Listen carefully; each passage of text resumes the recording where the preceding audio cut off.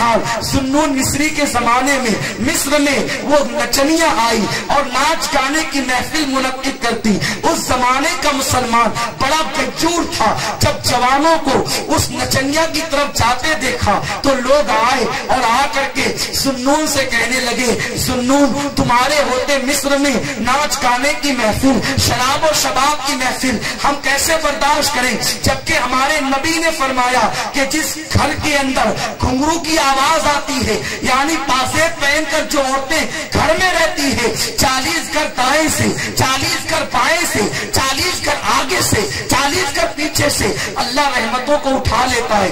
ارے جب گھنگرو کی آواز گھر میں آئے تو اتنے گھروں سے رحمتیں روٹ جاتی ہے. میوزک کی آواز جہاں رات و دن بجے وہاں کس طریقے سے رحمت ہوگی. تو کہا کہ ذوالنون اس کو نکال دو معاشرے سے, اس کو نکال دو سماج سے. ذوالنون مصری نے کہا جذبات میں نہ ہو, یہاں سے نکالو گے کہیں اور جا کر گندگی پھیلائے گی. ایک کام کرتے ہیں, اس کا علاج کرتے ہیں. اس لیے کہ مسلمانوں یاد رکھو ہمیں گناہ سے نفرت ہے, گنہگار سے نفرت نہیں ہے. اس لیے کہ گنہگار سے نفرت کیوں کرے. ارے جب نبی سجد المعصومین ہو کر گنہگاروں سے محبت کرتے ہیں تو ہم گنہگار ہو کر ہمیں کیا حق پہنچتا ہے گنہگار سے نفرت کریں. ہم گناہ سے نفرت کرتے ہیں, گنہگار سے نفرت نہیں کرتے. بیماری سے نفرت کرتے ہیں, بیمار سے نفرت نہیں کرتے. یاد رکھیں گنہگار تو انہیں عزیز ہے جو خدا کا محبوب ہے, اسی لیے تو وہ معراج پر جاتے ہیں مگر گنہگاروں کو وہاں بھی یاد کرتے ہیں. معالج النبوہ کی روایت ہے, ذرا توجہ کریں مسلمانوں, دو یار آپس میں مل کر بیٹھ جائیں تو انسان ساری مصروفیتوں کو بھول جاتا ہے, لیکن میرے رسول اللہ کی بارگاہ میں گئے اور خدا کو دیکھا, اتنے قریب سے دیکھا کہ قرآن کہتا ہے ثم دنا فتدلی فقال قاب قوسین او ادنی, اتنے قریب ہوئے کہ 2 کمان یا اس سے بھی کم کا فاصلہ رہ گیا. کمان کا مطلب کیا ہے, 2 بھویں یا اس سے بھی کم کا فاصلہ رہ گیا. اگر قرآن یہ کہتا 2 بھووں کا فاصلہ رہ گیا تو ہم جان لیتے کہ اتنا رہ گیا کہ اتنا رہ گیا. قرآن نے یہ کہا 2 بھویں یا اس سے کم کا فاصلہ رہ گیا تو مجھے یہ نہیں کہنے دیا جائے گا کہ میں تو یہ کہتا ہوں. ارے یہ کیوں کہتے ہیں کہ فاصلہ رہ گیا, جلوہ مصطفیٰ جلوہ خدا میں فنا ہو گیا.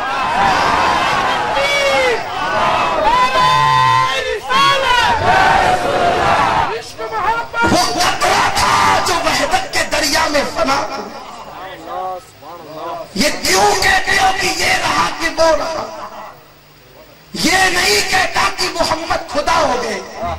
یہ کہوں گا تو یہ جانے نہیں دیں گے, کہوں گا بھی نہیں کیونکہ یہ اسٹیج بڑا ذمہ دار ہے. یہ بھی نہیں کہتا کہ خدا محمد ہو گئے, نہ خدا محمد ہوا نہ محمد مصطفیٰ خدا ہو. خدا خدا رہا, مصطفیٰ مصطفیٰ رہا, لیکن وہ قطرہ تھا جو وحدت کے دریا میں فنا ہو. وہی ہے اول, وہی ہے آخر. اعلیٰ حضرت جیسے مجدد کی دلیل پیش کر دو تاکہ علماء سے چھٹکارا ملے. وہی ہے اول, وہی ہے آخر, وہی ہے ظاہر, وہی ہے باطن. اسی کے جلے, اسی سے ملنے, اسی سے اس کی طرف گئے. نبی کو کبھی نہ یاد کرنے والوں جب اتنے قریب پہنچے, پتہ نہیں کیا کیا سرگوشیاں ہوگی, کیا کیا باتیں ہوگی. نہ خدا نے بتائی نہ مصطفیٰ نے بتائی, کسی نے پوچھنے کی ہمت بھی نہیں کی. خدا نے تو بس اتنا کہہ دیا فَأَوْحَىٰ إِلَىٰ عَبْدِهِ مَا أَوْحَىٰ, جو میں نے سرگوشیاں کرنی تھی کر لی. محبوب و محیط کے راز بتائے نہیں جاتے. حضور اعلیٰ حضرت شفیع میاں نے بڑے اچھے انداز سے کہا راز خلوت جانا لب پہ آ نہیں سکتے. جو جانا کی خلوتوں کے راز ہے وہ لب پر آئے کیسے. ارے جانا کی خلوتوں کے راز منصور کے لب پر آتے ہیں تو پھانسی ہو جاتی ہے. تبریز کے شمس تبریز کے لب پر آتے ہیں تو چمڑی نکال لی جاتی ہے. تو وہاں تو سوال ہی نہیں آتا. لیکن کسی نے پوچھنے کی ہمت نہیں کی. ہمت ہوئی تو ایک ہی ہوئی. وہ کون تھا؟ جس کے بارے میں نبی نے کہا الفاطمۃ بدغۃ منی، فاطمہ میرے جگر کا ٹکڑا ہے. اس فاطمہ نے پوچھا ابا کسی کو نہیں بتایا، مجھے تو بتا دے کہ باتیں کیا کیا ہوئی. فَأَوْحَا إِلَىٰ عَبْدِهِ مَا أَوْحَا میں کیا کیا تھا بہت بتایا. سیدہ فاطمہ نے کچھ کو اوپن کیا، اس میں سے ایک روایت ہے.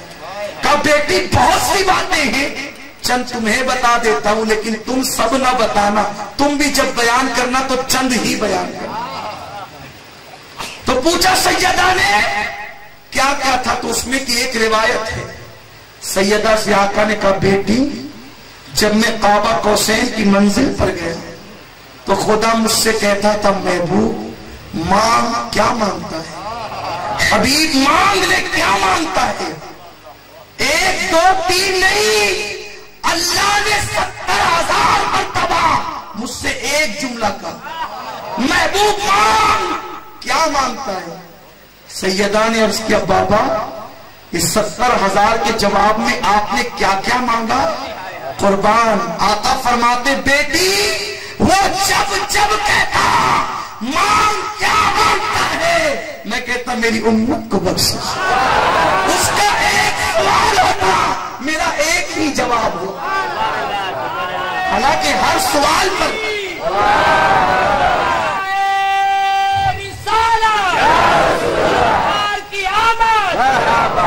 ہر سوال کے جواب پر الگ الگ چیزیں مانگی جا سکتی تھی، کیونکہ جامع دعا خدا کی بارگاہ میں موجود تھا.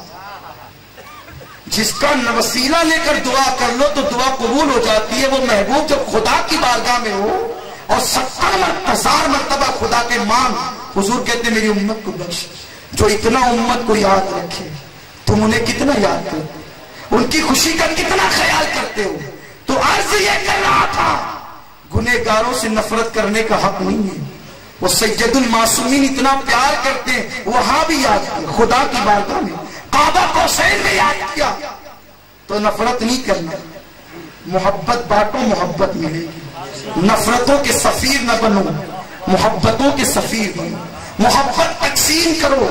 ہمارا دین دین محبت ہے. خدا کی قسم جس دین میں نبی نے یہ کہا ہو الا لا ایمان لمن لا محبت لا، آگاہ ہو جاؤ محبت کے بغیر ایمان ہے ہی نہیں.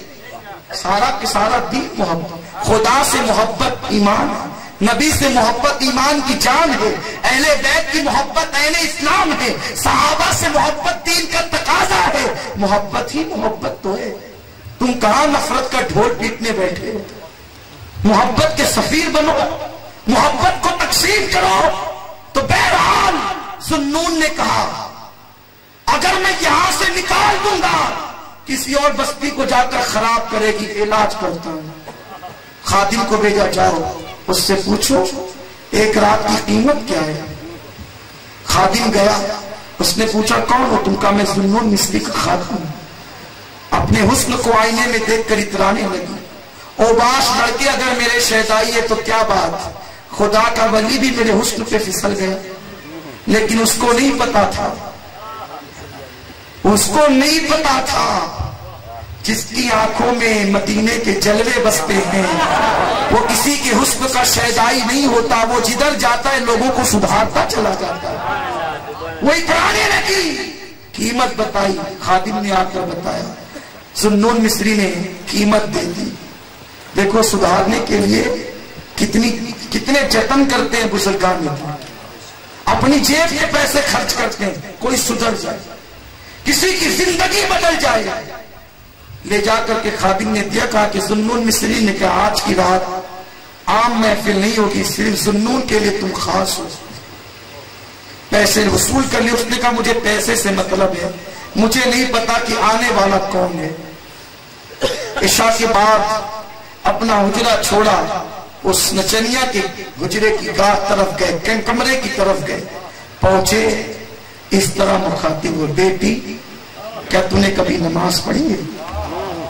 پہلی بار کسی کی زبان سے اس نے بیٹی سنا. آنکھ میں آنسو آ گئے. کہ اب تک تو ہم لوگوں نے مجھے کھلونا سمجھا، کسی نے بیٹی نہیں کہا. کہا میں نے تو کبھی نماز کو جانا ہی نہیں کہ نماز کیا ہے. کہا جا غسل کر.